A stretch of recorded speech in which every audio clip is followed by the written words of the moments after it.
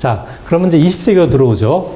20세기 초반에는 우리가 이제 사실 이제 고전 물리학이 이제 19세기 말에 완성이 된 건데, 19세기 후반에 고전 물리학이 어떻게 됐느냐?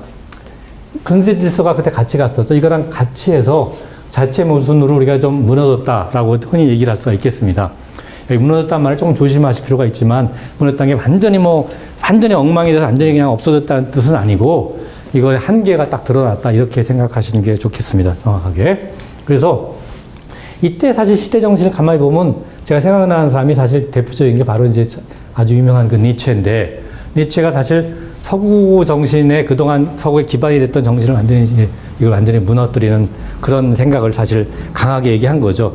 서구사의 기반이라는 게 사실 뭐 뒤에 가서 자세히 얘기하겠습니다만, 제가 볼 때는 이 물리학을 만들어낸, 자연과학을 만들어낸 서구 정신의 기반은 두 가지죠. 하나는 우리가 보통 이제 헬레니즘이라고 말하는 어떤 그리스의 사상의 전통이고, 또 하나는 역시 이제 기독교, 물론 주로 이제 캐톨릭이지만 하여튼 기독교 전통인데, 혹은 이제 헤브라이즘, 결국 이제 이스라엘, 그쪽에 유다의 그쪽 전통이 할 수 있겠는데, 그 두 가지를 완전히 완전히 이 무너뜨렸죠. 사실 니체의 사상은 두 가지 다. 그래서 굉장히 핵심적인 그런 거라고 볼 수가 있겠습니다. 그걸 해체한. 그리고 오시발드 슈팽글러라는 사람은 유명한 저서가 그 서구의 몰락이라고 하는, 우리말 번역하면 독일 사람이니까 독일어로 썼지만 영어로 흔히 Decline of the West라고 번역을 하고, 우리말로 이제 서구의 몰락. 그래서 이것이 이제 말하자면 이걸 바로 근세 질서가 같이 무너지면서 바로 아주 유명한 그런 역사 저서를 남겼죠. 이 슈팽글러라는 사람도 굉장히 흥미로운 사람인 게, 이 사람 생각은 이 문명이라고 하는 건, 문명을 우리가 기술하는 것이, 문화를 기술하는 것이 이제 역사라고 보면은, 그 문화라는 것도, 역사라는 것도 결국은 사실은 생명과 비슷하다. 그래서 태어나서 장성하다가 결국 나중에 죽게 된다. 이런 생각을, 상당히 생명 현상 비슷하게 생각을 했습니다. 자연과학적인 생각을. 하여튼 이 사람이 사실 이제 니체도 그렇지만 이 두 사람의 공통이 뭘까요? 이제 독일 사람인데, 공통이란 말이 조금 너무 나간 얘기긴 하지만, 두 사람 다 남자다. 네? 남자다, 물론이고. 그건 너무나 그래서 새로운 정보가 없는 거죠. 너무 당연해서. 그러니까 두 사람 다, 나치하고 관련이 있습니다. 아, 그래요? 이 사람이 나치였다는 게 아니라, 니체는 훨씬 더 죽었죠, 전에. 나치가 굉장히 아마 히틀러가 굉장히 니체를 좋아했던 걸 알고 있습니다. 상당히. 니체의 사상. 왜냐면. 나치 사상의 기반이 돼버린 거죠. 니체 입장에서 굉장히 억울한 거죠. 왜냐면 전혀 그렇지 않은데, 초인이라고 하는 니체의 사상의 위버멘슈라고 하는 거 뒤에 가서 자세히 말씀드리겠습니다. 왜냐하면 물리학하고 굉장히 관계가 깊기 때문에. 하여튼 그런 게 있고, 슈팽글러는 사실은 그 나치를 지지했었죠. 원래. 그랬다가 나중에 이제 이거를, 나중에 사실 철회했습니다. 이건 자기 생각한 게 아니구나. 처음 생각한 게 아니구나. 그래서 물론. 하여튼, 그렇습니다. 자. 그래서 이것이 아까 말씀드렸습니다만 사실 무너졌다는 게 다 완전히 그랬다는 것이 아니라 이런 뜻입니다. 한계가 드러났다. 이렇게 해석을 하셔야 되는 거죠. 완전히 틀린 얘기가 그런 뜻은 아닙니다. 사실. 자, 그래서 그럼 어떻게 되냐? 이게 자체 모순 때문에 어떤 것이 등장했느냐 하는 건 바로 이른바 그 유명한 상대성 이론이라는 게 등장을 한 거죠. 여기서. 이것이 바로 여기서 말하는 의미는 뭐냐면, 뒤에 가서 자세히 말씀드리겠습니다만, 이거는 시간과 공간이라고 하는 것이 우리가 그동안 생각했던 거가 그걸 좀 바꿔야 되겠다. 이걸 좀 더 수정해서 새로운 시간과 공간의 개념이 필요하다. 왜냐?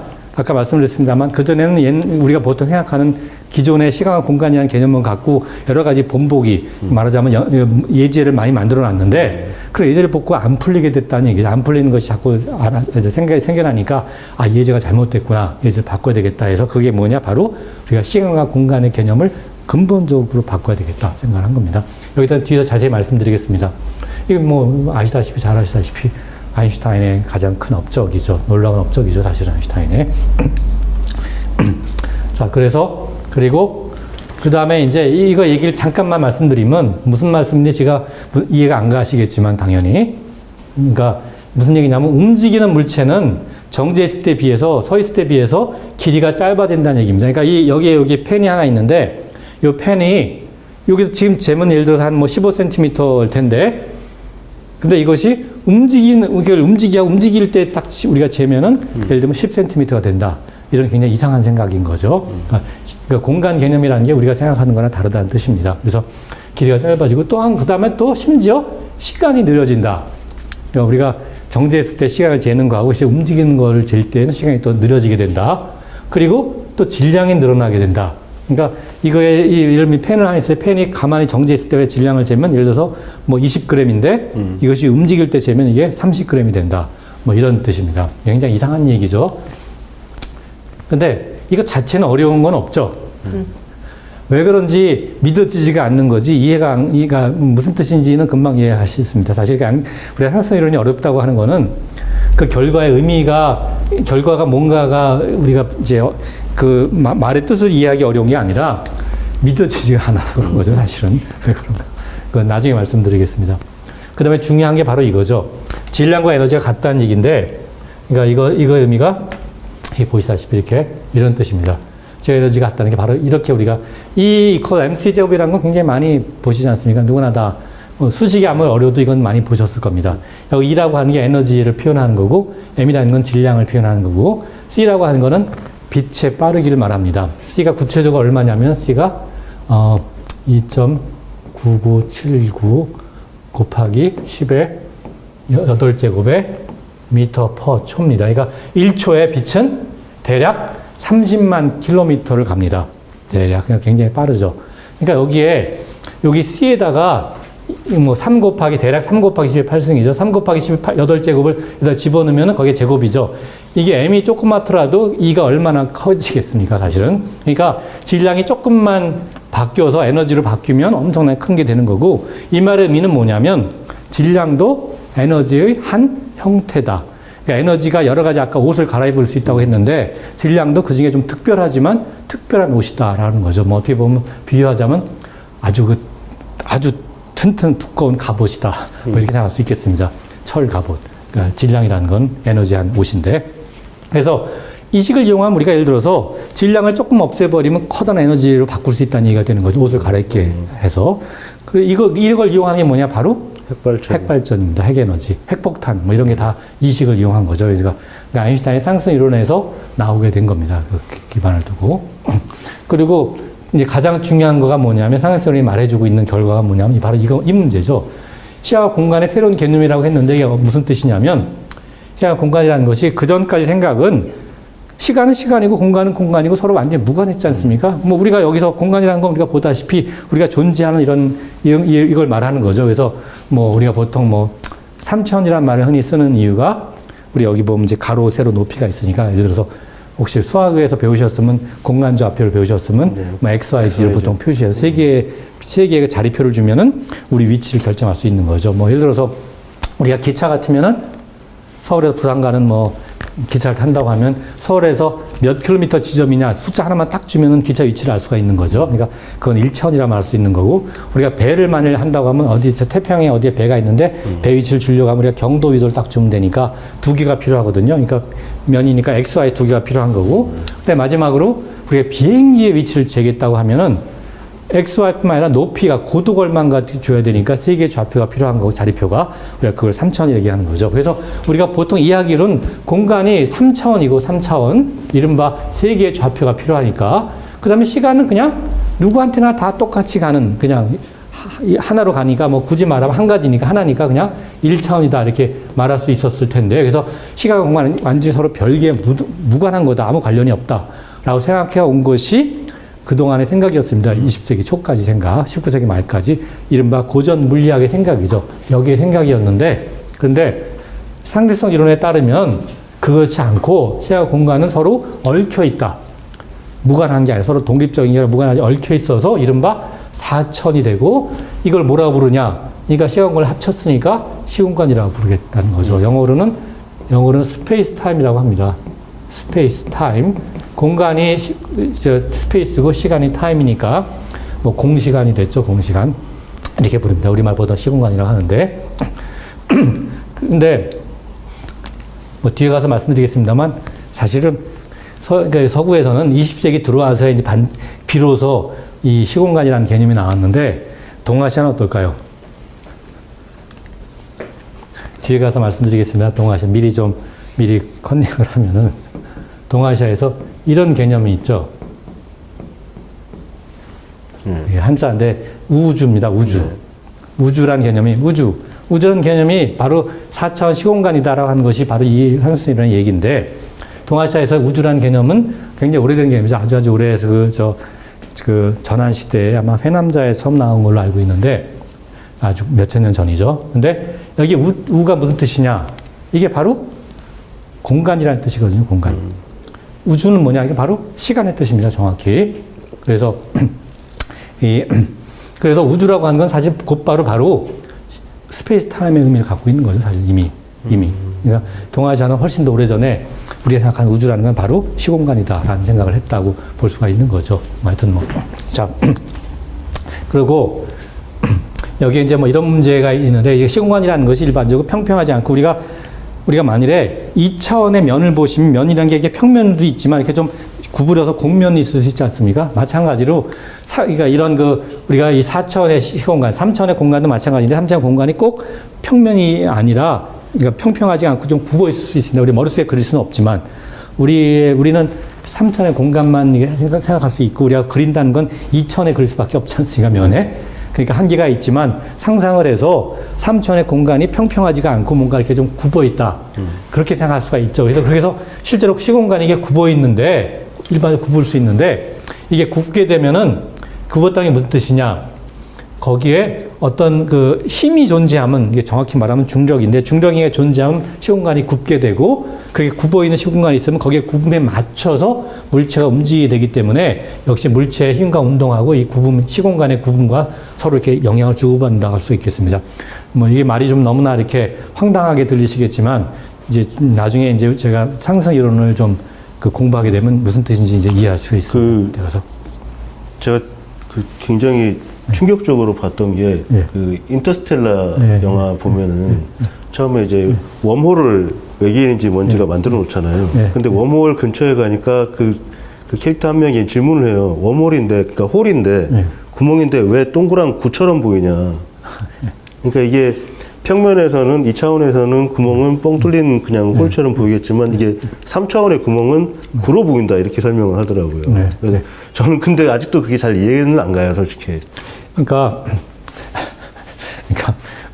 우리가 그릴 수 있는 거는 굉장히 제한되죠. 그러니까 사실 우리가 실제로 그릴수록 가장 정확히 알 수 있는 건 사실 2차원밖에 모릅니다. 사실은 2차원에서 그려 보니까 2차원에서 우리가 3차원 그림 그리려면 억지로 이렇게 그리지 않습니까? 이런 식으로 예를 들면 육면체를 그린다고 하면 이렇게 억지로 그리는데 이게 이 입체를 말하는 건지 그냥 진짜 2차원에서 있는 건지 우리가 알 수가 없죠. 사실은 이것만 갖고는 미술의 이런 문제가 굉장히 중요한 문제라서 이것이 시공간과의 상생과 굉장히 중요한 문제라서 나중에 예술을 할 때 이런 비슷한 문제 많이 다루겠습니다. 어쨌든 사실은 블랙홀이라는 말 많이 들어보셨죠? 블랙홀이라는 게 검정 구멍이 존재해야 웜홀은 이제 벌레 구멍인데 벌레 구멍이 의미가 있는데 블랙홀이라고 하는 것이 어떻게 생겼겠냐 이거죠. 어떻게 생겼냐. 그러니까 사실 우리가 4차원의 시공에 존재하기 때문에 뭐 그릴 수가 없는 거죠, 사실은. 그러니까 어떻게 할 수가 없습니다, 사실. 그런데 거기에 대해서 우리가 이거를 어떻게 형상화할 것인가를 뒤에 가서 예술을 할 때 좀 말씀을 드리겠습니다. 형상화하는 방법을. 그때 조금 기다리시면. 인터스텔라 영화 만들면서 킵송 교수인가? 그분 이제 도움을 되게 많이 받았다고 하는데 거기 보면은 실제 블랙홀이 어떻게 생겼을까? 그게 이벤트 호라이즌이 있는 거를 어떻게 그릴까 했는데 그걸 이제 그때까지는 실제로 관측을 못했으니까 그 모양이 굉장히 저는 특이하다고 생각을 했거든요. 그게 사방이 다 구멍인데잖아요. 그렇죠. 다 사방이 다 구멍인데 거기에 여기도 주변에 띠처럼 거기 빨려 들어가는 물체들의 마지막 정보들이 남아 있는데 근데 그거를 예상해서 그렸는데 실제로 그 후에 인터스텔라 영화 나온 후에 관측을 해서 만든 거 보니까 거의 비슷해 보이더라고요. 그러니까 사실 블랙홀 관측했다고 그러니까 뭐 보기에 따라 다른데 블랙홀의 그림자를 관측한 거거든요. 사실은 관측했다는 건 블랙 직접 관측한 게 아니라 블랙홀의 그림자를 관측한 거라서 뭐 하여튼 좀 살짝 머릿속에 그리기 힘든 건 맞습니다, 실제로. 그러니까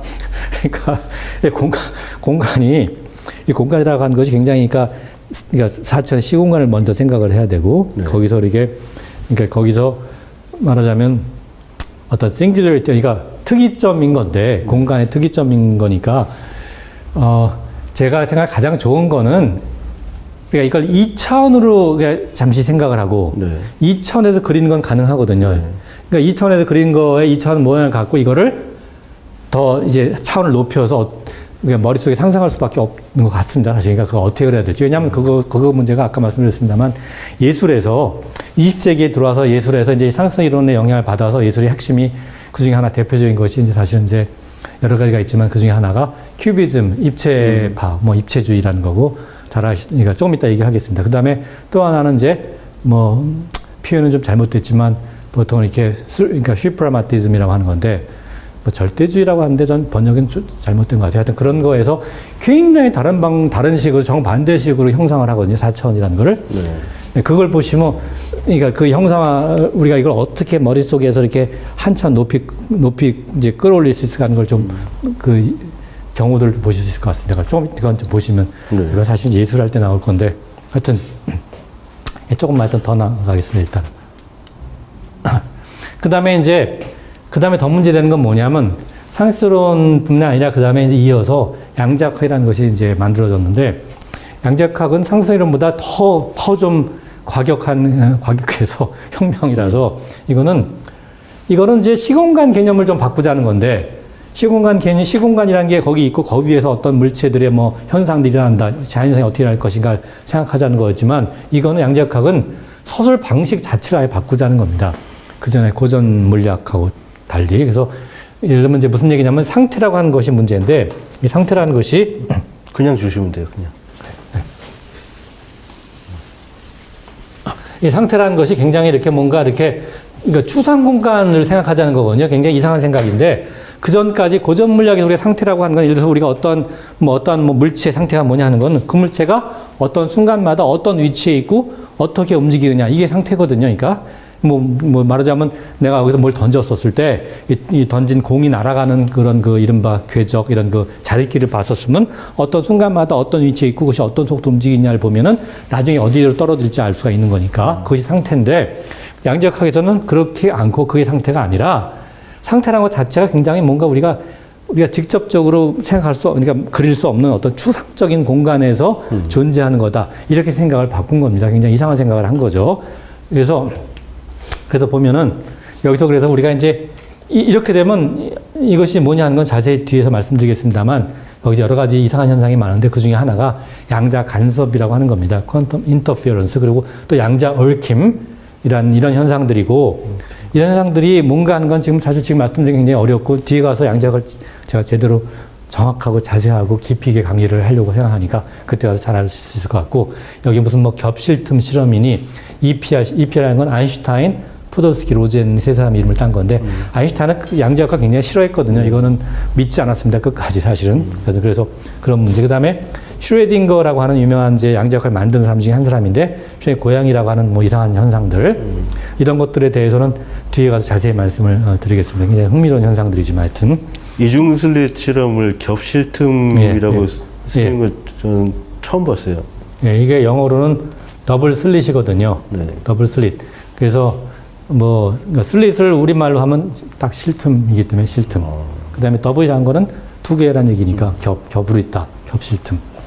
이건 뭐 제 멋대로 하는 건 아니고 이 용어 문제가 사실은 이제 물리학에서 여러 가지 용어가 뭐 사실은 서구에서 들어온 용어가 대부분이죠. 이거를 어떻게 할 것인가. 우리말을 써야 되지 않겠습니까? 당연히. 그래서 우리말을 어떻게 바꿀 것인가 하는 문제인데 그동안은 많은 경우에 이제 한자어를 썼는데 한자어라는 건 대부분 다 일본에서 만든 거거든요. 그러니까 일본 말이죠. 정확히 말하면 일본 말인데 우리가 일본 말을 뭐 지금 해방된 지가 언제인데 아직도 일본 말을 쓰느냐. 그래서 우리말을 좀 써야 되겠다라는 생각이 들어서 오래전에 한국물리학회에서 그런 위원회를 하나 만들어서 우리말 용어를 만들었습니다. 그래서 거기서 만든 용어죠. 근데 물론 이제 근데 대부분은 대중들은 익숙하지가 않은 것 같아요. 그거는 이제 아마도 사실 그게 참 여러 가지 문제인데 이게 이제 뭐 고등학교나 뭐 이럴 때 이제 물리를 뭐 좀 배우게 되면은 그때 이런 용어를 써야 될 텐데 그렇죠. 그 고등학교 교과서가 어떤 용어를 써 있냐는 건데 그건 이제 이른바 교육부의 편수 자료에 입각이 쓰게 돼 있는데 편수 자료가 바뀌어야 되는 거죠. 근데 그게 안 바뀌는 겁니다. 그래서 사실 그게 굉장히 그때 논란이 많았는데 편수가 이렇게 되니까 어쩔 수 없다. 뭐 우리도 그걸 그대로 써야 된다라는 이제 그런 생각하는 분들이 있었고 근데 돌이켜 보면은 편수 자료라고 하는 건 사실은 물리학 용어를 누가 가장 적당히 잘 만들어야 될까 하는 건 당연히 물리학자들이 생각해야 되는 거 아닌가요, 사실은? 네, 그렇죠. 그러니까 물리학자가 생각하는 용어들을 갖고 현수자가 바뀌어야 되는 게 그게 맞는 거겠죠, 아마.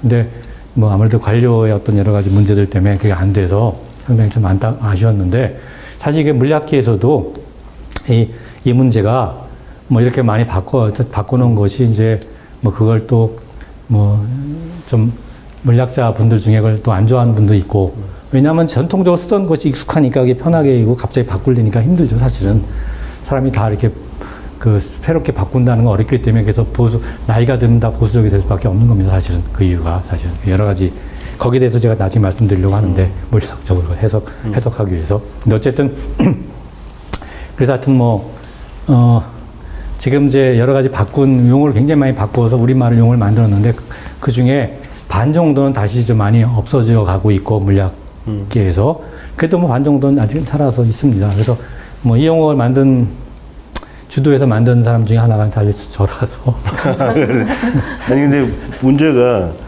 그러니까 우리말 자체도 우리가 익숙하지 않은 거예요. 네. 어떻게 보면은 지금 겹은 뭐 그래도 익숙한데 실틈이란 말을 우리가 써본 적이 없으니까 저도 그래서 그래서 이제 오히려 더 좀 난해하게 느껴지지 않나 아이러니하고 잘 지적하셨는데 네. 사실 염통이라고 그러면 이상한가 염통? 네. 아니요 그건 익숙하죠 그래도 익숙하세요? 네. 요새 염통이라면 잘 모르는 것 같아요. 염통하면은 이게 우리가 가서 거기 고깃집 가서 구워 먹을 때 구워 먹는 게 염통이고 우리 사람 거는 심장이다 뭐 이렇게 보통 돼 있는 것 같아요. 콩팥, 뭐 허파 뭐 이런 거.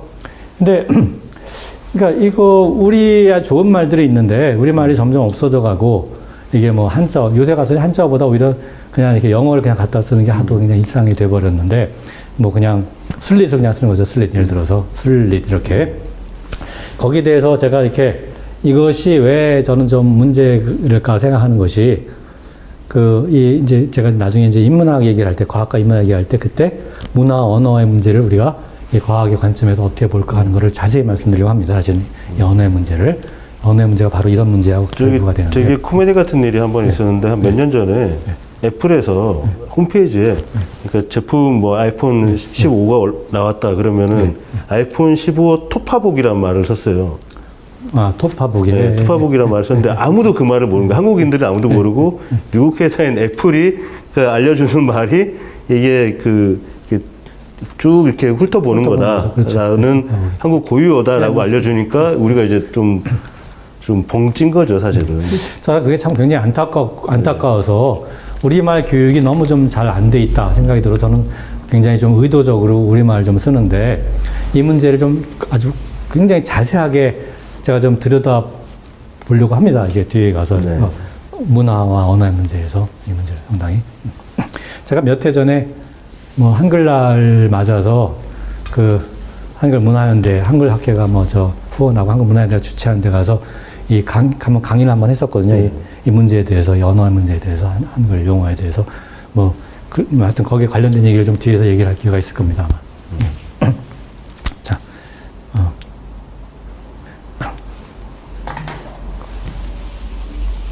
자, 이 양자역학이 굉장히 제일 이상한 것이 이상한 정말 수기획 같은 것이 뭐냐면, 우리가 뭔가 측정을 하면, 측정이라는 건 우리가 뭔가 이게 관측을 해서 보는 게 측정이죠, 사실. 측정을 하면 측정이 대상의 존재에 영향을 준다는 거거든요. 그러니까 다시 말하면 이걸 그냥 여기 가만히 있을 때하고 내가 이걸 쳐다볼 때 이게 달라진다. 이런 얘기가 되는 거죠. 심각하게 말하면 정말. 그래서 이거는 대상의 존재가 그걸 우리가 어떻게 인식하느냐하고 직접 관련이 된다는 얘기가 되는 거죠. 네. 그래서 이거에 대해서 유명한 말이 이 밤하늘에 달이 있는데 그래서 달을 우리가 쳐다본다는 게 측정인데 쳐다보지 않으면 달이 없다는 얘기냐. 이런 유명한 말을 남긴 거죠. 네. 그래서 이제 아인슈타인이라죠. 그래서 그런 말이 남겼는데 하여튼 어쨌든 이걸 받아들인다고 하면 사실은 이제 물리학이라고 하는 것이 원래 전통적인 생각은 당연히 존재론, 그러니까 어떤 대상이 어떻게 존재하고 있는가를 다룬다고 생각하면 이게 사실은 서구 사상의 형이상학의 근원이죠, 사실은. 그래서 그런데 이것이 일로 오면서 보면은 오히려 존재론보다 이게 존재론과 인식론이 굉장히 깊은 관련이 맺게 되는 게 당연한 거고, 어떻게 보면 오히려 그 물리학이라는 게 사실은 인식론에 더 접근하게 됐다, 뭐 이렇게 볼 수도 있을 것 같습니다. 뒤에 가서 자세히 말씀을 드리죠, 이 문제는 하여튼. 그래서 근데 이것이 사실은 문예 사주에서는 바로 근대주의, 우리가 이른바 마더니즘이라고 부르는 근대주의하고 같이 간다고 할 수 있겠습니다. 근데 이 문제가 사실은 조금 그 특별한 것이 뭐냐면은 제가 사실은 이제 여기 이 근대란 말 여기 썼는데, 이 근대란 말이 우리가 모던이란 말을 어떻게 번역할 것인가. 뭐 현대라고도 많이 하는데, 사실 현대라 번역하면 현대란 말은 지금을 말하는 거잖아요, 지금. 그렇죠. 근데 여기서 모더니즘이라는 건 분명히 20세기를 말하는 거거든요, 현재가 아니라. 그래서 이거는 제가 보기에는 근대주의란 말이 더 맞는 얘기인 것 같고, 근대성, 뭐 근대주의, 모더니티. 그래서 20세기의 물리학은 보통 이걸 흔히 현대 물리학이라고 많이 말을 하는데, 저는 이거를 근대 물리학이라는 게 더 적절하겠다, 이렇게 같이 갈 거다 생각을 합니다. 현대 물리학은 21세기 물리학을 얘기하는 걸로 하겠고. 그래서 모더니즘 얘기는 뒤에 가서 아주 자세히 얘기할 기회가 있을 것 같습니다, 사실은 이거는. 자, 그 다음에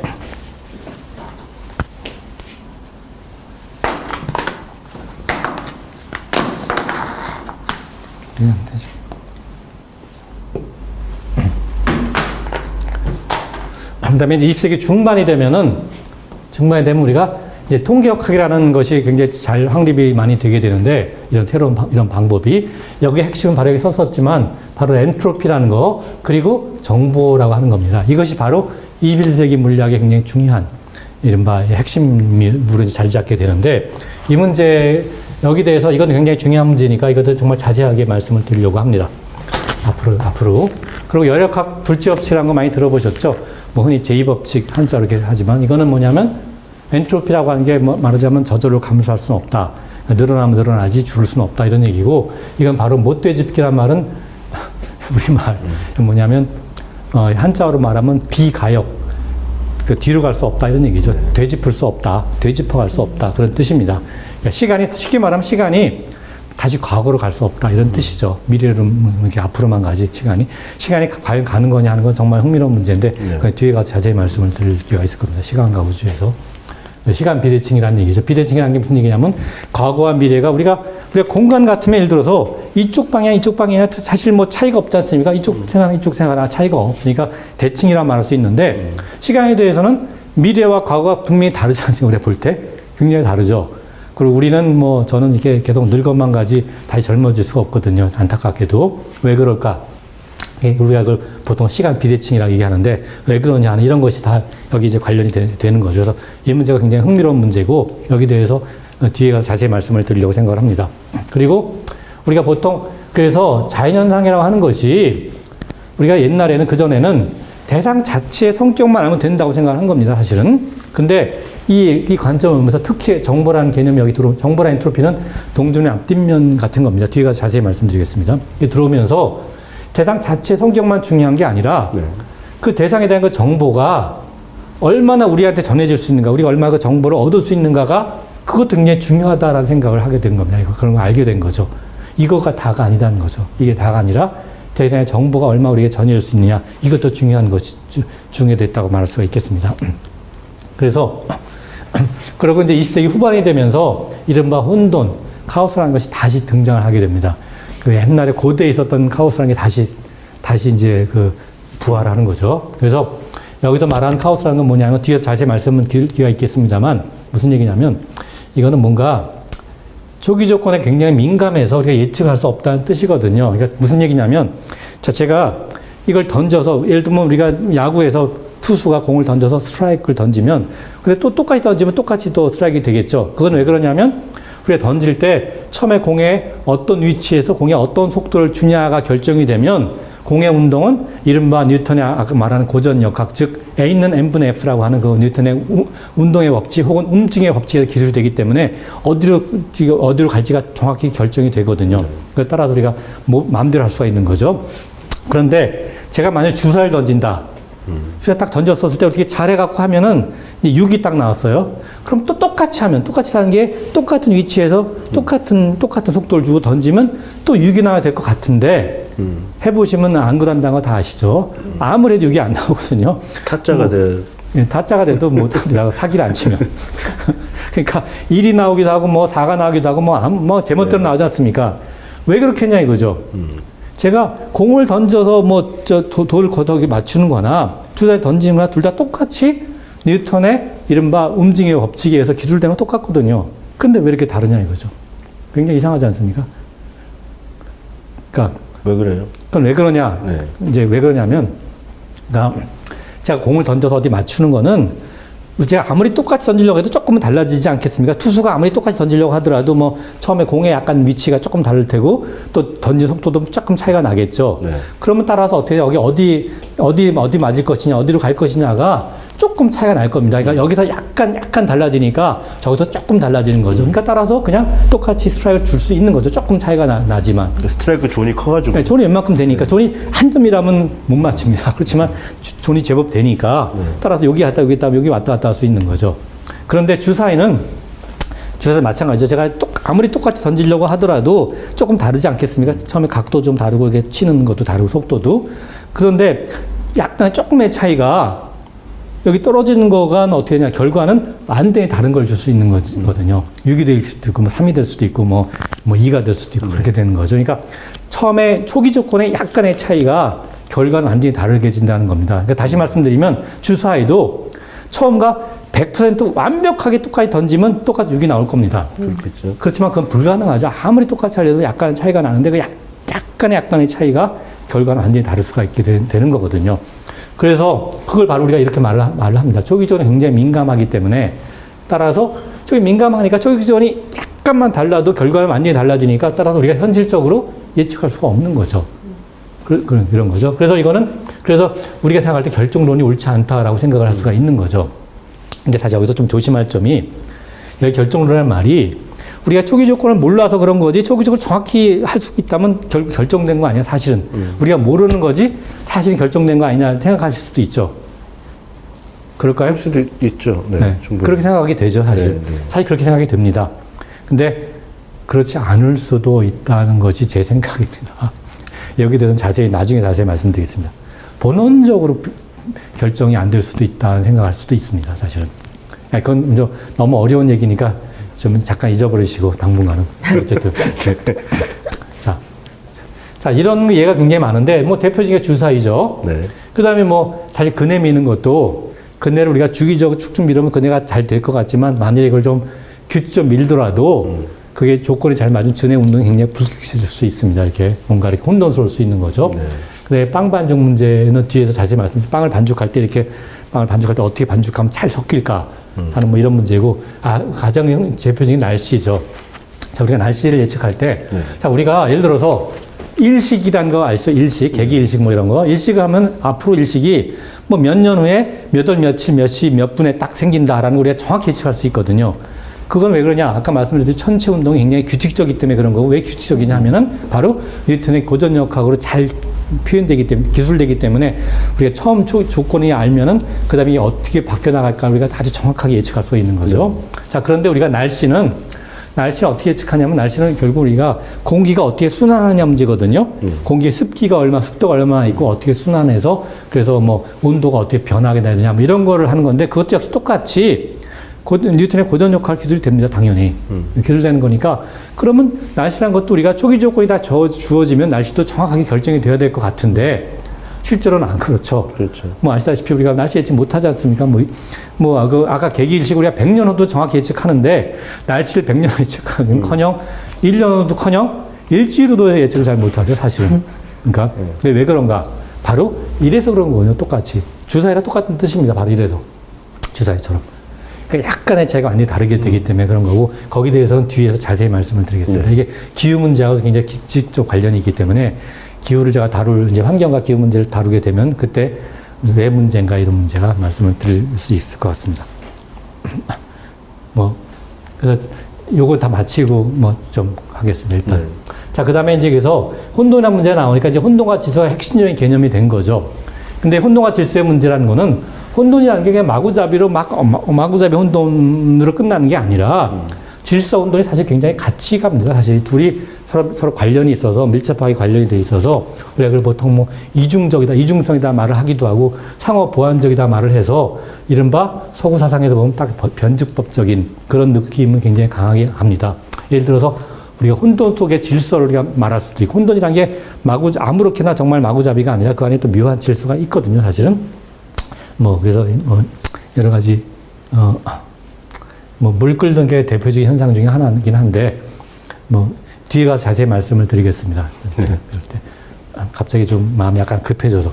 자, 그 다음에 이제 20세기 후반에 협동 현상이라는 것이 많이 이제 연구가 됐는데 이건 뭐냐면 무달갱이계 그러니까 좀 이상하시죠? 네. 한자어로 하면 다체계라고 보통 말하는 다체계 혹은 다입자계. 그래서 이게 many particle system이라 보면 명백하죠. 그러니까 우리가 구성원이 굉장히 많을 때 구성원 하나하나를 그냥 편의상 그냥 파티클이라고 부릅니다. 알갱이라고 부르는 거예요. 구성 하나하나가. 그래서 그럴 때 그런 구성원이 굉장히 많은 수의 구성으로 이루어진 어떤 그러한 대상. 우리가 그거를 무달갱이계라고 합니다. 그러니까 예를 들어서 우리가 어떤 사회를 생각하면 사회 사람 한 사람이 구성원이고 한 사람을 우리가 그냥 편의상 알갱이라고 부르는 거죠. 그러면 뭐 예를 들면 우리 사회 같으면 우리나라 같으면 한 5천만의 알갱이들로 구성되어 있는 그런 집단이라 할 수 있는 거고 그다음에 여기 이제 뭐 물을 보면 여기 컵에 이제 물이 이렇게 담겨 있으면 이 물을 보시면 이 물 안이라는 건 그게 우리가 보통 말하는 H2O라고 하는 분자 뭐 물 분자죠. H2O. 그러니까 수소 혼자 2개하고 산소 혼자 하나 결합한 H2O 분자로 이루어져 있는데 이 안에 H2O 분자가 몇 개쯤 있을까요? 저번에 한번 물어보셨는데 까먹었어요. 네, 또 까먹었죠. 여기 대략 제가 보기엔 한 10에 24, 그러니까 1수가 0을 24개 쓴 네. 그런 정도 개수의 H2O 분자들이 있습니다. 그러니까 분자 하나하나 우리가 알갱이라고 말하면 뭐 엄청나게 많은 수의 그런 알갱이 이루어져 있는 거니까 이런 것이 바로 전형적인 무달갱이 계다라고 말할 수가 있겠습니다. 근데 그런 무달갱이 계에서는 알갱이들이 즉 그런 구성원들이 따로따로 노는 게 아니라 구성원 사이에 이렇게 상호작용이 있거든요. 서로 당연히 작용을 합니다. 뭐 인간 사회에서도 사람끼리 서로 작용을 하는 거고 여기 물에서도 H2O 분자끼리 상호작용을 하거든요. 서로. 그런 것 때문에 전체 어떤 집단 성질이 생겨날 수가 있는 거죠. 전체 집단 성질이라고 하는 건 사회 전체 성질 혹은 이 물 전체 성질. 그러니까 다시 말씀드리면 이 물을 우리가 굉장히 식히면 점점 차게 하면 어떻게 되죠? 이게 얼음이 되지 않습니까? 얼음. 그러니까 이 얼음이나 물이나 결국은 이제 이걸 구성하고 있는 구성원들은 똑같이 H2O라는 분자들인데 그런 분자들이 지멋대로 하나하나 있으면 그런 일이 안 생기지만 그런 분자가 굉장히 많은 수가 모여서 서로 상호작용을 하면 묘하게 어떨 때는 물이 되지만 어떨 때는 얼음이 될 수 있는 거거든요. 그러니까 그 전체 얼음이냐 물이지 않은 전체 성질을 우리가 집단 성질이라고 부르고 그런 집단 성질이라는 걸 없었던 게 생겨나는 거니까 우리가 그거를 떠오름이라고 말을 합니다. 영어로는 emergence라는 거죠. 떠오름이 또 이상하게 들리시면은 한자어로는 보통 창발이라고 하는데 창발. 전 창발이 참 무슨 말인지 이해가 안 가서 emergence 하면 저는 떠오름이 딱 좋다고 생각합니다. 떠오르는 거죠. 이런 성질이. 이렇게. 그래서 우리가 보통 말하는 물질이라고 하는 거는 대부분 다 이런 집단 성질이 떠올라온 거거든요. 그래서 우리가 보통 질서가 생긴 혹은 상전이라는 거 아까 말씀드렸지만 물이 얼음이 된다든가 하는 거 혹은 뭐 수증기가 된다든가 뭐 그런 것들이 다 상전인데 이런 것들이 다 집단 성질을 보여주는 거고 생명도 마찬가지죠. 예를 들어 우리가 세포를 생각해 보면 세포라는 게 어떻게 이루어져 있냐면 세포 안에 굉장히 많은 구성원들이 있거든요. 네. 예를 들어서 뭐냐면 뭐 단백질이라든가 다 분자들이죠. 뭐 DNA도 있겠고 그다음에 뭐 여러 가지 뭐 물 분자도 굉장히 많고 그리고 여러 가지 뭐 미네랄들 그 이온들 뭐 굉장히 많은 걸 이루어져 있는데 그러한 것들 하나하나의 구성원을 보면 이거는 생명이라는 걸 말할 수가 없거든요. 전혀. 그냥 분자들이죠. 네. 단백질은 생명 아니죠. 그냥 분자입니다. 분자 굉장히 좀 큰 분자지. 근데 그런 것들이 아주 많은 수가 모여서 세포라는 집단을 만들면 그들끼리 아주 묘한 상호작용 때문에 우리가 생명이라고 부르는 놀라운 현상이 생겨나지 않습니까? 그런 집단 성질이 바로 떠오르는 거죠. 그걸 바로 우리가 이머전스라고 합니다. 떠오르는. 사회도 마찬가지죠. 사회 어떤 집단고는. 요새 참 이상한 집단고는 굉장히 많지 않습니까? 그런 사람들이 혼자 있다면 그런 일이 절대 안 생길 겁니다. 근데 그런 것들이 상당히 때를 져갖고 굉장히 많은 수가 모이게 되면 그들끼리 이상한 현상이 생겨나서 무슨 뭐 폭동도 일어나고 그러지 않습니까? 보면은. 어제는 신기한 두 떼를 봤어요. 네, 무슨. 국민의힘 안에서 예. 한동훈을 욕하는 사람, 아, 예, 맞습니다. 한동훈을 예. 개딸이라고 저도, 하고 그렇죠. 예, 맞습니다. 윤석열을 저기 문재인 대통령 꼬붕이라고 하고 서로 그렇게 싸우는데 우리가 보기엔 똑같은 사람들인데 재밌더라고요. 그러니까 그게 바로 이제 나중에 이야기해 그게 바로 복잡성을 보여주는 겁니다. 사실 그게 바로 복잡계로서 나중에 사연상을 얘기할 때 좀 말씀드릴 기회가 있습니다. 그런 거에 대해서. 자, 그래서 이거는 한마디 말씀드리면 전체라는 게 반드시 단순한 부분의 합이 아니다. 단순한 부분의 합이 아닐 수 있다. 라고 하는 거 보여주는 거죠. 왜냐하면 새로운 집단 성질이 떠오르기 때문에, 생겨나기 때문에 생명이라 물론 놀라운 성질이 생겨나기 때문에 이제 그렇게 말할 수가 있는 거고, 이거는 이제 우리가 보통 흔히 환원주의라고 말하는데 환원론이라는 게 적절하지 않다는 걸 보여주는 거죠. 말하자면 전체 성질을 알려고 하면 부분 하나하나의 성질만 알면 전체 성질 자동으로 알 수 있다고 생각하는 것이 잘못됐다는 거죠. 우리가 뭐 물이 얼음이 되는 거 이런 거 알려고 하면 H2O 분자 하나하나만 알아갖고는 그걸 알 수가 없는 거거든요, 사실은. 전체 집단의 성질을 우리가 봐야 되는 거죠. 그래서 속성이라든가 인신론의 환원주의에 대해서는 이게 사실은 이제 굉장히 폭넓은 말로 쓰기 때문에 뭐 꼭 무슨 뭐 속성이라든가 인식만의 어떤 이제 예를 들어서 구조, 어떤 존재론적인 환원이냐, 인신론적인 환원이냐, 방법론적인 환원에 따라 다 다를 수가 있어서 뭐 조금 일반화하기는 어렵습니다만 하여튼 뒤에 가서 철학적인 우리가 이제 이제 자연과학의 철학적인 그런 그 연관을 얘기할 때 그때 좀 자세히 얘기할 기회가 있을 것 같습니다. 다시 하면은. 그래서, 네, 이거 지나기로 하겠습니다. 근데 이것이 이제 사실 이 당시 시대 정신을 생각해 보면 이 당시 20세기 후반이 바로 뭐냐면 우리가 보통 그 포스트 모더니즘이라 부르는 거죠. 이거를 이제 뭐 탈근대주의라고 흔히 말하는데 사실 포스트 의미가 뭐 탈이라고 하는 건 나간다는 얘기인데 꼭 나간다는 의미는 아니지 않습니까? 포스트란 말이 그 뒤라는 얘기인데 다음이라는 얘기라서 저는 탈이라는 말이 너무 이렇게 좀 이렇게 그 혼동스러워서 다음 근대주의가 더 낫지 않을까. 근데 다음 근대주의 뭐 포스트 여기 흥미로운 말이 많이 있죠. 예를 들어서 포스트의 네. 모더니즘이냐, 아까 이제 근대성 얘기했을 때 근대성의 이후냐, 아니면 포스트 모던의 여기다가 이즘이냐, 이거에 따라서 여러 가지 다양한 해석이 가능할 수 있습니다, 사실은. 그러니까 포스트 모더니즘의 후속이냐, 다음이냐, 아니면 포스트 모던이라는 이즘이냐, 어떤 그런 생각이냐, 뭐 이렇게 여러 가지 해석할 수가 있는데 여기 대해서는 사실 이거는 중요한 것이 굉장히 많은데. 이건 보면은 사실 예술사주에서 이 문제는 사실 근대주의에 대한 비판으로 나온 거죠. 사실 예술사주에서는 너무나 근대성이라는 것이 보통 예술에서 말했을 때는 상당히 이렇게 너무나 이제 이성 중심 뭐 이런 걸 생각을 해서 그런 걸 좀 거기에 대한 좀 반작용으로 나왔다고 할 수가 있을 겁니다. 근대주의에 대한 비판으로. 근데 그러고 나중에 이제 철학에서는 사실 조금 다른데 포스트 스트럭처럴리즘이니까 다음 구조주의 뭐 이 문제와 관련이 있고. 여기에 나아가서는 사실은 이게 신유물주의, 요새 와서 뉴 머티리얼리즘이니까 신유물론이라고 하죠. 신유물주의하고 그쪽으로 이제 관련이 좀 맺어지면서 굉장히 좀 중요한 문제가 될 것 같습니다. 21세기에는. 근데 이제 아주 여기 나중에 말씀드리겠습니다만 이 다음 근대주의 포스트모더니즘이라는 게 뭔지 알 수가 없기 때문에 이상한 거 굉장히 좀 이상해서 이거에 대한 굉장히 유명한 그 조롱을 한 그런 논문이 하나 나왔었죠. 굉장히 유명한 건데 물리학자 한 사람이 좀 뭐랄까 좀 장난스럽다 할까 좀 철없다고 할까 그러한 소칼이라고 하는 물리학자 한 사람이 이상한 제목을 갖고 논문을 써갖고 이렇게 이쪽에 인문학 학술지에 보냈는데 어쨌든 그게 저건 게재가 됐거든요. 통과가 됐는데 통과된 다음에 이거 완전히 엉터리로 쓴 거다. 아무렇게나 쓴 거다. 이런 거를 밝혀갖고 아주 굉장히 논란을 불러일으켰죠. 엄청난 논란을 불러일으켰는데 그래서 이것이 이른바 지적인 사기다. 라고 하는 그런 이제 그 다음에 그걸 밝힌 건 책을 또 냈는데 여기 대해서 뒤에 가서 뭐 기회가 되면 말씀을 드리겠습니다. 거기에 대해. 회화에서도 한번 그런 적이 있었던 것 같아요. 회화에서. 네. 그림에서. 네, 그림에서도 그런 사기를 한번 쳤었어요. 네. 하여튼 포스트모더니즘이라고 하는 것이 하여튼 굉장히 말이 많은 뭐 그런 문제인데 이것이 이제 20세기 저는 후반이라고 생각을 하고 마지막으로 그러니까 21세기에 들어오면서부터 이제 조금 달라져서 이제 현재죠. 지금 현재 21세기. 여기서 바로 이제 복잡성이라든가 복잡계라는 문제가 된 거죠. 우리가 사실 그동안 이제 뭔가 질서 정연하냐 아니면 무질서하냐 이 문제를 갖고 말씀을 드렸는데 사실은 질서가 정연하냐 아니면 무질서하냐는 다 우리가 보면 간단합니다. 이제 기술하기가 간단하게 기술할 수가 있고 간단하게 우리가 나타낼 수가 있다 이런 뜻입니다.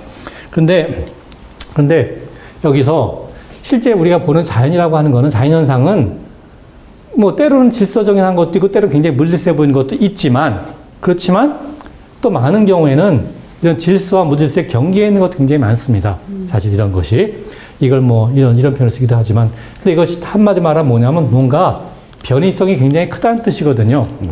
이걸 우리가 이제 다른 말로 복잡성이라고 부릅니다. 이런 변성이 그냥 크다는 거를 복잡성이라고 부르고 뭐 대표적인 게 풍경이죠. 우리가 여기 자연 경관들 보면 뭔가 이렇게 좀 이렇게 완전히 질서정연하지 않죠. 그렇지만 또 완전히 또 마구잡이로 완전히 무질서하지도 않지 않습니까? 뭐 그런 걸 의미하는 건데 뭐 나중에 자세히 말씀드리겠습니다만 지금 잠깐 하나만 말씀드리면 이해를 하나 들죠. 우리가 보통 이렇게 아침에 이제 뭐 학생 같으면 학교를 가겠고 뭐 직장인 같으면 직장을 갈 텐데 학교나 직장을 갈 때 혹시 길을 잃어버린 적이 없냐 이거죠. 아침에. 혹시 뭐 길 잃어버린 적이 없는가 해서. 없어요. 여기 오실 때. 그러니까 같은데. 대개는 없죠.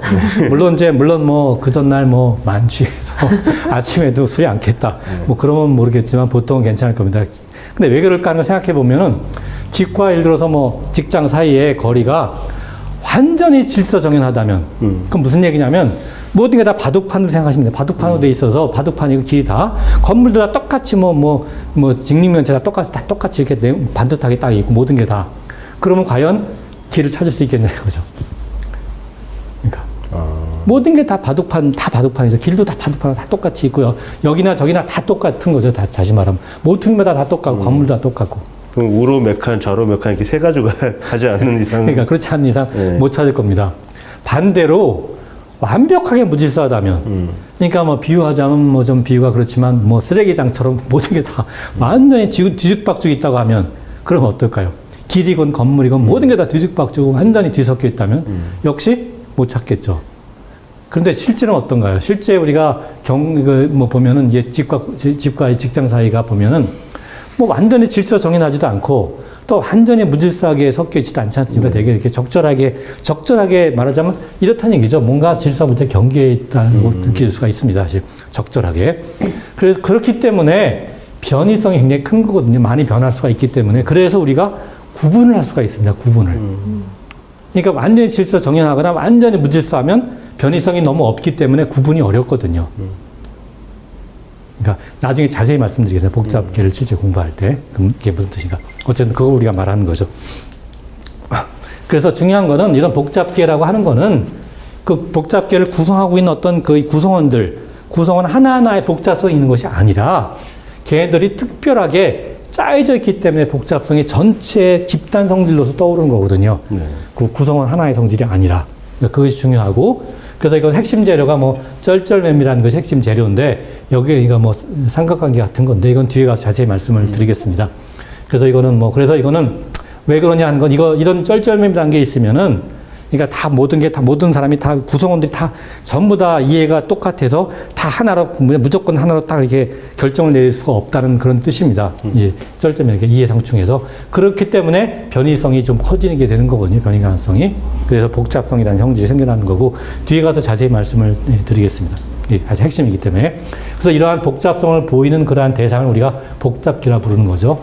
영어로 이제 컴플렉스 시스템, 복잡기라 부르는 거고 이거는 물질뿐만이 아니라 생명이라든가 특히 그다음에 사현상을 이해하는데 굉장히 어떤 하나의 패러다임, 제가 이제 우리말로 썼는데 아까 본보기 규범이라고 한 거를 우리말로 해서 밑보기 틀 하면 너무 이상한가요? 네, 규범. 보통 규범이라는 거죠. 규범 혹은 뭐 본보기 규범 이렇게 생각이 됩니다. 21세기에서는 이것이 중요한 이슈로. 그래서 이거는 이제 복잡계의 그 특성이란 게 뭐 자세히 말씀드리겠습니다만 아까 결정론이라든가 환원주의를 얘기했는데 이것이 고전 물리학하고 그다음에 근대 물리학까지가 핵심적인 생각이 이런 생각이죠. 결정론, 환원론인데 이 복잡계의 생각은 결정론이 아니라 뭔가 거꾸로 미결정론 그다음에 하나론이 아니라 뭔가 총체론 하나의 반대, 홀리즘 전체를 같이 봐야 된다는 거, 부분을 봐서 전체 알 수 없다는 거, 뭐 이런 생각이 있는 거죠. 아까 뭐 이런 것들이 이제 복잡하게 핵심이라고 할 수가 있겠고, 그럼 이것이 21세기 사조 이게 우리가 사상이 어떻게 바뀔 것인가, 시대 정신이 아마도 제 생각에는 이제 포스트 모더니즘을 이제 넘어서서 이제 이른바 아까 말씀드렸지만 신유물주의라고 하는 이쪽하고 좀 맥락이 같이 간다고 생각이 됩니다. 같이 이렇게. 그래서 네.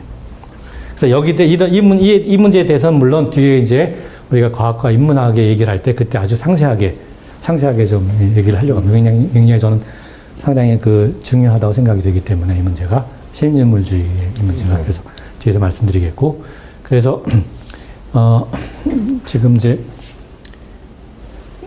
뭐 바로 이제 2장 남았는데 그냥 막 끝내버리면 좋겠죠. 네. 자, 일단 우리가 그래서 다시 말씀드리면 이게 우리가 보통 이제 우리가 자연 현상이라고 하는 걸 우리가 어떻게 이해하고 해석하느냐가 사실 자연과학의 사실 목표죠. 근데 그걸 보통 어떻게 생각하냐면 우리 현상이라는 게 있으면 그 현상을 실체가 있다고 생각합니다. 현상을 일으키는 실체가. 그러니까 이거는 이제 우리가 보통 현상을 그리스에서 유래한 말을 보면 페노미나라고 하는 거고, 실체라고 하는 거는 원래 이제 본체가 누메노였는데 여기서는 substance, substance의 의미입니다. 그래서 자연상을 일으키는 실체는 바로 우리가 물질이다라고 생각을 하는 것이 되게 자연과학의 기본 전제입니다. 영어로는 물질은 보통 matter라고 얘기하죠, matter. 그래서 현상이 실체. 다시 말하면 우리가 경험하는 자연현상이 모든 게 다 자연상인데 이 자연상을 이게 어떻게 이렇게 다양한 게 일어나냐 하는 거는 그 현상을 일으키는 실체로서 물질이 있기 때문에 그 물질이 일으키는 현상이다라고 생각하자는 거죠. 뭐 예를 들면 제가 이렇게 이걸 던지면 이게 날아가서 이렇게 날아 떨어지는 거는 이런 어떤 이것이 하나의 물질이고 또 지구도 물질인데 그 둘 사이에 뭐 중력이라 부르는 게 거기서 있어서 아주 그러한 물질이 일으키는 현상이고, 내가 이렇게 말을 하면 들을 수 있는 것도 말하자면 내가 말을 하면 공기 분자가 이렇게 진동하면서 나가서 들을 수 있는 거니까 그게 공기라고 하는 물질을 일으키는 현상이다. 뭐 이런 식으로 생각할 수 있는 거죠. 그래서 이런 생각을 뭐라 그러냐? 이제 철학에서는 바로 물질주의라고 그러죠. 머티리얼리즘, 뭐 유물론. 보통 우리가 물질주의 말보다는 유물론이라는 말을 더 익숙하게 쓰는 것 같습니다. 그래서 사실 이건 모든 존재가 결국 물질에 기반한다는 생각이고, 이거 사실 여기 되면 용어가 굉장히 저도 참 헷갈리는 게 굉장히 많은데, 사실 유물론의 정반대를 뭐라고 얘기해야 될까요? 아마. 그러니까 정반대라면. 물질주의의 정반대. 유물론의 정반대가 아마도 서구 사상에서 나온 얘기들이니까 이건 물질하고 물질의 반대가 서구 사상이 생각하면 뭐 정신일 테니까 그러면 정신주의, 그러니까 보통 우리가 유심론이라고 불러야 돼. 유물론, 유심론, 뭐 정신주의. 그러니까 뭐 영어로 쓰면 뭐 스피리추얼리즘이 되지 않을까 싶어요. 스피리추얼리즘. 네, 그렇게 될 텐데 그거 보통 우리가 흔히 유물론의 반대를 많이 관념론이라 많이 부르거든요. 관념론. 관념론이라는 거는 사실 번역이 조금 좀 혼동스러울 수 있는데 영어로 뭐 서구어로 말하면 사실 아이디얼리즘이죠. 사실 그러니까 이상주의가 더 정확한 번역이죠. 관념론보다는 이상주의. 그래서 그러니까 근데 사실 관념론의 반대는 뭐가 될까요? 그러면 제 생각에 뭐 그냥 제 개인 견해입니다. 이거는 제가 철학자가 아니니까 그냥 철학자가 아닌 물리학자가 생각할 때 그냥 생각하는 것들이니까 관념의 반대는 아마 그러니까 관념이라고 하는 거는 그러니까 뭔가 우리가 아이디얼리즘이라는 게 이데아에서 나온 거니까 그거의 반대는 아마도 이데아의 반대가 뭐냐면 우리가 감각 경험이죠. 감각기가 받아야 되는 그 감각 경험이 이데아의 반대니까 사실 그렇게 생각하면 아이디얼리즘의 반대는 아마도 제 생각에는 센슈얼리즘일 것 같아요. 감각주의. 감각에 의한 거라 이거죠. 이데아가 아니라 감각에 의한 거. 그러니까 그래서 모르겠습니다. 하여튼 뭐 그런 거. 그 다음에 관념을 우리가 만약 이상주의라고 번역을 하면 이상주의. 네. 이상주의의 반대는 뭐가 될까요? 우리말로 생각해보면 당연히. 그렇죠. 현실주의가 되지 않겠습니까? 현실주의 혹은 뭐 사실주의 하면 바로 리얼리즘이죠. 리얼리즘. 그러니까 저는 이게 그래서 이런 여러 가지 다양한 그런 생각이라는 게 굉장히 용어가 많은데 그래서 어떤 게 서로 상대적인 개념이냐 대응하는 개념이라는 게 굉장히 좀 혼란스럽다는 생각이 좀 듭니다. 그러니까 뭐 여기 보시다시피 뭐 머티리얼리즘이냐 무슨 뭐 스피리추얼리즘이냐 센슈얼리즘이냐 뭐 아이디얼리즘이냐 뭐 아니면 뭐 등등등 아니면 리얼리즘이냐 혹은 뭐 근데 리얼리즘이 참 문제가 되는 게 우리가 리얼리즘이라는 게 문예사조나 이럴 때 보면 그 사실주의로 보통 많이 번역을 하는데 잘 철학에서는 리얼리즘을 우리가 보통 실제론이라고 번역하면 실제론. 실제론 또 굉장히 좀 다른 의미거든요. 실제론 또 어떤 의미에서 좀 다른 의미여서 실존의 반대라고 하면 사실 이거는 아마도 그 실제론이라는 건 이런 거 다 실체한다는 생각인데 뭔가 실체한다. 반대 생각은 뭐겠습니까? 실체하지 않는다는 생각인데 그런 건 무슨 얘기냐? 만약 우리가 그냥 머릿속에만 생각하는 거지 실체하지 않는다는 뜻이니까 네. 그 반대는 우리가 보통 흔히 뭐 명목론이라고 부르죠. 혹은 유명론. 노미널리즘이죠. 노미널리즘. 그러니까 그런 것들이 굉장히 다양하게 서로 얽혀 있어서 하여튼 좀 저는 그 용어를 좀 이렇게 잘 이렇게 정리하면 좋겠다는 생각이 좀 듭니다. 하여튼 뭐 그래서 그냥 그런데 이건 뭐냐 우리가 물질이라고 부르는 물질이라고 하는 것은 그 물질 구성원 지금 말하는 구성원들이 있지 않습니까? 구성 요소들 구성원들이 있고 그들 사이 상호작용이 있어서 이것 때문에 모든 현상이 생겨난다고 이렇게 볼 수가 있는 거죠. 이렇게 보는 걸 우리가 보통 흔히 뭐라 부르냐면 물질주의인데 조금 더 이렇게 강하게 물리주의라는 표현을 씁니다. 물리주의, 피지컬리즘, 물리주의. 그래서 영어로는 이런 생각을 보통 이렇게 흔히 부르죠. 그래서 결국은 이제 모든 현상은 우리가 이걸 좀 더 이렇게 강하게 말하면 뭐가 될까요? 그러니까 우리가 모든 현상은 다 우리가 물리학으로 다 하면 된다 이런 얘기가 되는 거죠. 물리학으로 다 모든 걸 할 수 있다. 이렇게 좀 강하게 얘기하면 그렇게 말할 수가 있는데 우리가 그걸 뭐라고 하냐면 보통 이렇게 구분해서 우리가 그걸 강한 물리주의라고 얘기합니다. 강한 물리주의. 근데 그런 이제 강한 물리주의를 생각하는 분들도 많이 있죠. 물리학자 중에 모든 건 다 물리학이다 이렇게 주장하는 거죠. 다른 거 다 필요 없다. 물리학만 하면 된다 이런 필요를 하는데 저는 거기에 동의하는 입장은 아니고 저는 이게 강한 물리주의는 저는 이게 개인적으로 동의하지는 않습니다. 사실은 왜냐하면 강한 물리주의는 강한 환원주의를 생각하는 거기 때문에 저는 그거는 옳지 않다고 생각하기 때문에 하여튼 좀 다른 생각이죠. 저는 약한 의미의 물리주의라고 할까요? 하여튼 그런 얘기를 할 수가 있을 것 같고 자. 그 다음에, 그래서 예를 들면 이런 거죠. 아까 말씀드렸습니다만, 우리가 이 어떤 조약돌 우리가 던지면은 포물선으로 나가는 건 우리가 다 아는데, 그거 이거 왜 그러냐는 건 조약돌하고 지구 사이의 중력 때문에 그렇다고 할 수 있고, 따라서 조약돌이라는 거하고 지구가 구성원들인 거죠. 그 상황에서 구성원들이고, 요 사이의 상호작용이 뭐냐? 그게 바로 중력이 바로 상호작용이다. 이런 얘기입니다. 그래서 잘 기술이 되죠. 그런가 하면 또 조약돌이가 단단하거나 또 빛깔이 약간 조약돌이 하얀가요? 아니면 또 약간 윤이 나기도 하고 그런 게 왜 그런가 하는 거는 그럴 때는 조약돌을 구성하고 있는 구성원들이 뭐냐면 바로 그걸 이루고 있는 원자, 분자들이거든요. 조약돌을 이루는 원자, 분자들이 걔네들하고 그다음에 빛하고의 상호작용이 그런 것들이 구성원이고 걔네들끼리 상호작용을 하기 때문에 우리가 보통 말하는 전자기력이라는 상호작용입니다. 이것 때문에 이런 성질들이 생겨난다라고 우리가 이해할 수가 있는 거죠. 따라서 그것이 바로 이 말을 내 예입니다. 이렇게 생각하는 예고 이것이 바로 우리가 말하는 물리주의인 거죠. 그래서 이런 의미의 물리주의는 제가 생각하기에 특별히 거부할 이유가 없다고 저는 생각이 듭니다. 이런 의미에서는. 자, 그래서 우리가 따라서 우리가 물질이 일으키는 모든 현상을 이런 입장에서 다루는 것이 바로 이제 물리과학이라는 거거든요. 물리과학이 물리학만 말하는 게 아니라 physical science라고 해서 물리학, 화학, 천문학 이런 걸 다 나타냅니다. 가리키는 거고. 그 다음에 그런 거 하면 생명이라는 것도 사실 따지고 보면 생명체, 우리 몸 같은 생명체도 결국은 물질로 이루어져 있는 거거든요. 우리 몸을 이루는 거 보면 세포를 보면 다 분자들이니까 결국 분자들하고 여러 가지 다양한 분자들하고 여러 가지 이온들이니까. 이러고 그 다음에 사회라는 것도 보면은 결국 사회도 아까 말씀드렸습니다만 구성원들, 사회 구성원은 그 개인, 사람 한 사람이 구성원이고 그들 사이 상호작용이 있는 거죠. 이런 것 때문에 이런 현상이 생겨난다고 하면은 이런 관점에서 봤었을 때 물리과학의 창시자는 우리가 다 알다시피 뉴턴이라고 할 수 있겠습니다. 생명과학의 이런 생각, 생명의 창시자라 보기는 볼 수는 없지만 이런 생각을 처음에 한 사람은 놀랍게도 데카르트입니다. 지금 유명한 데카르트가 바로 이런 생각을 했거든요. 데카르트 철저한 그 이성주의자죠. 다시 말해서.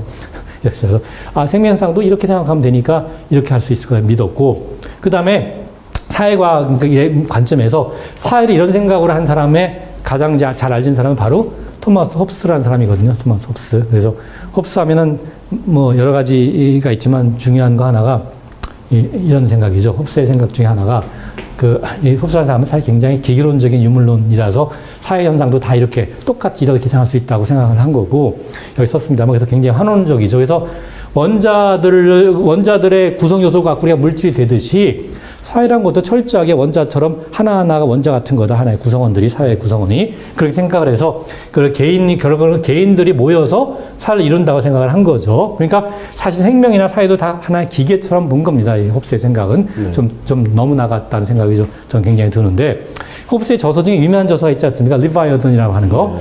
그 책이 굉장히 길더라고요. 원래 이름은. 이렇게 길어요. Leviathan over the matter, form and power of a commonwealth, ecclesiastical and civil. 뭐 이렇게 굉장히 긴데, 굉장히 오래된 책이죠. 1200 이렇게 오래된 책인데. 네. 자, 근데 어쨌든 여기서 이제 사실 리바이어든이라는 게 무슨 뜻인가 하는 건 굉장히 흥미로운데, 이게 왜 그러냐면 이 사람이 생각한 거는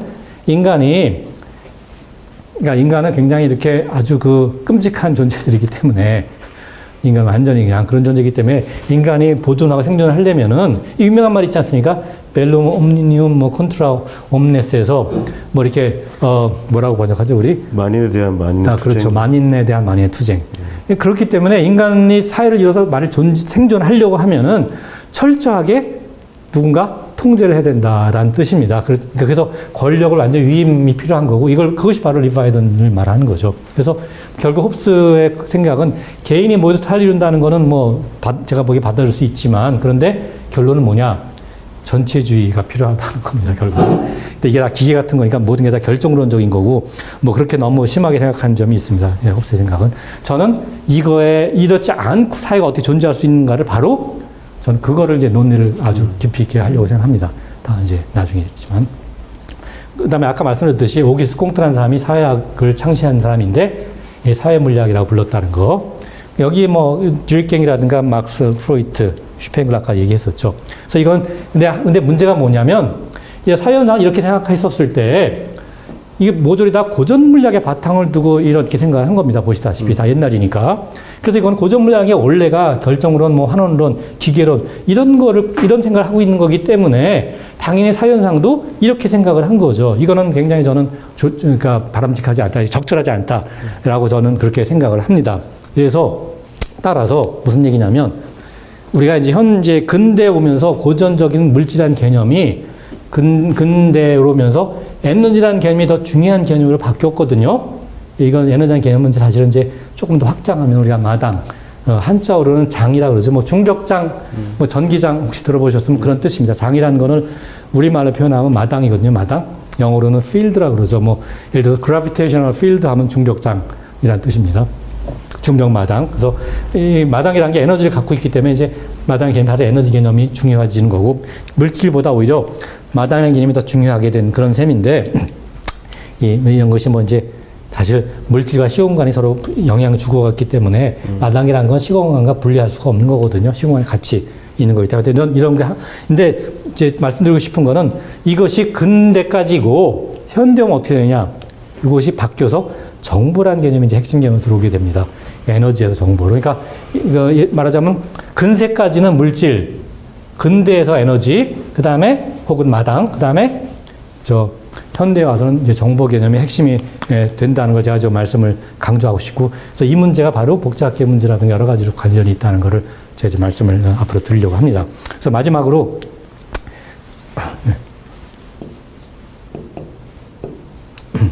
이제 마지막으로 정리를 하겠습니다. 오늘 한 거를.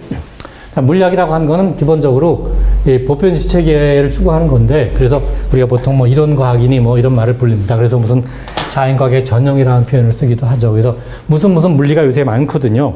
그래서 무슨 그러니까 예를 들면 생물 물리가 요새 중요한 분야고 생명현상을 다룬, 그 다음에 사회 물리도 물론 경제 물리도 있고, 천체 물리, 화학 물리, 의학 물리 굉장히 다양하게 나타납니다.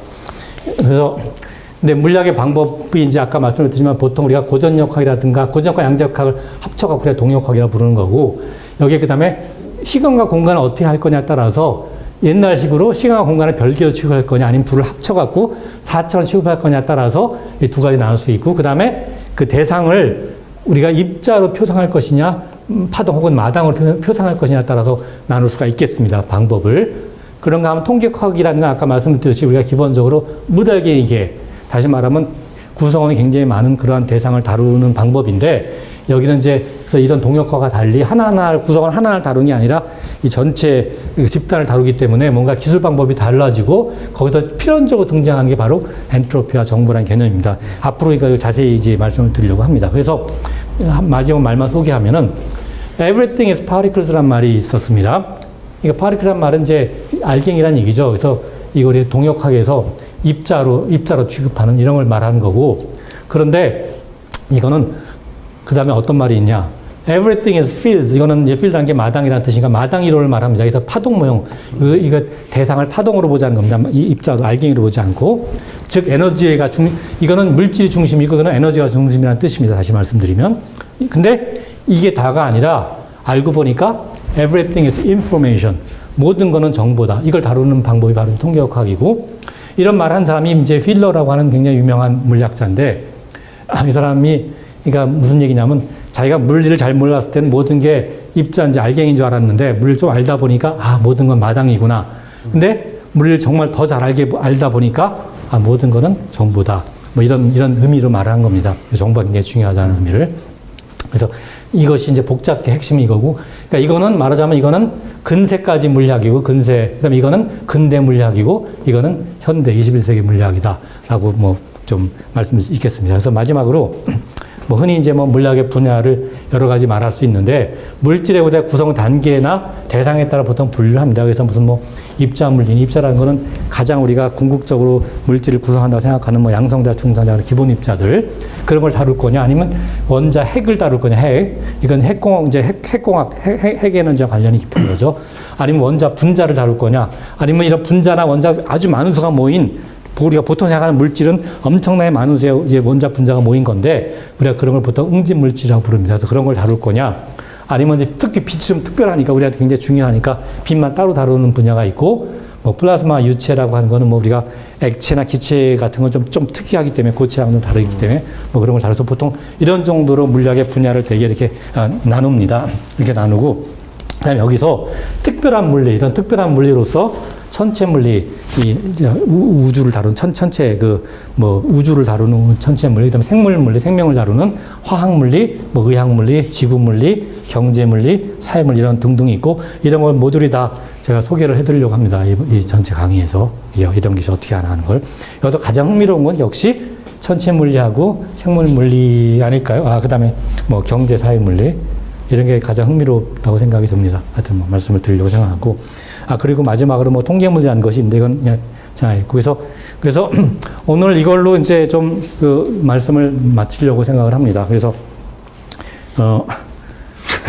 오늘 조금 좀 이게 길었죠. 네, 길어서 하여튼 뭐 좀 너무 길게 그래서 둘로 저희가 쪼개서 쪼개는 게 좋을 것 같습니다. 네. 그래서 아무튼 뭐 혹시 뭐 혹시 좀 말씀하시고 싶은 거 있으시면은.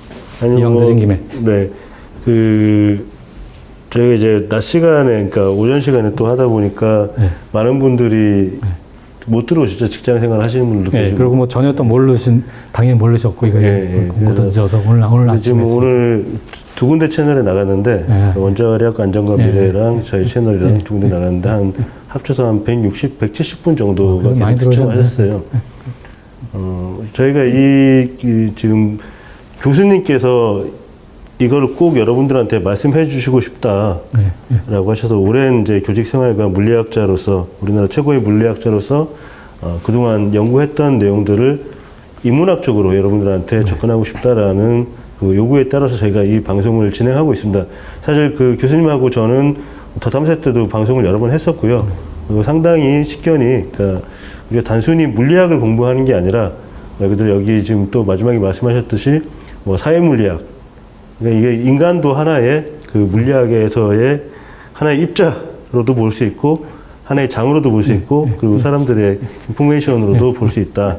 그러니까 이게 결국에는 저희가 여러분들한테 뭐 딱딱한 과학 얘기를 하려고 하는 게 아니라 우리 사회를 어떻게 인식할 건가, 인식하는 방법 중에 하나로서 여러분들한테 좋은 강의를 보내드리려고 합니다. 그러니까 다른 분들하고도 많이 나눠보시고, 지금은 너무 이제 사회가 혼란한 와중이라 이런 거 크게 마음이 안 와닿으실 수도 있지만 그래도 우리가 어떻게 이제 앞으로 정치 현상이나 사회 현상을 이해할 것인가에 가장 기본이 되는 그런 강의가 아닐까 싶습니다. 네, 교수님 네. 감사합니다. 네. 예, 혹시 한 말씀, 혹시나 해서 한 말씀 다시 한번 강조하면은, 예를 들어서 이제 사회현상을 이렇게 바라보자 하는 거는, 뭐 사회현상이 이러한 그 과학, 이런 물리학의 관점에서 모든 사회현상을 완벽하게 다 해석할 수 있다는 뜻은 당연히 아니고, 기존에 이제 사회과학에서 사회현상을 많이 다루고 전통적으로 많이 다뤄왔죠. 근데 그런 거, 우리가 어떤 하나의 어떤 우리가 봐야 될 대상이 있다고 하면, 이쪽 측면에서 주로 계속 봤는데, 이쪽 측면을 한번 보는 것도 흥미롭기도 하고, 그 다음에 전체로 우리가 좀 총괄적으로 전체의 모습을 보는데 도움이 좀 더 되지 않겠느냐, 이런 생각인 겁니다. 그래서 이런 조금 약간 새로운 시각을 한번 봐보자는 거고, 이것이 모든 걸 다 뭐 포괄한다, 다 대체한다는 당연히 절대 아니고, 기존의 그런 관점하고 조금 새로운 물리학의 관점에 새롭게 보는 걸 한번 좀 합해갖고, 전체를 좀, 우리가 전체를 다시 한번 좀 바라보자. 그래, 그동안 특히 이제 이런 자연과학하고, 그 다음에 사회과학이나 인문학이 너무나 분리돼서 너무나 이렇게 조각나 있었는데, 그것 때문에 여러 가지 심각한 문제가 생겨나고, 뭐 그건 앞으로 계속 말씀드리겠습니다. 그런 것들을 좀 우리가 조금 더 21세기엔 조금 더 이걸 좀 더 본원적으로 좀 해결을 해야 되지 않을까.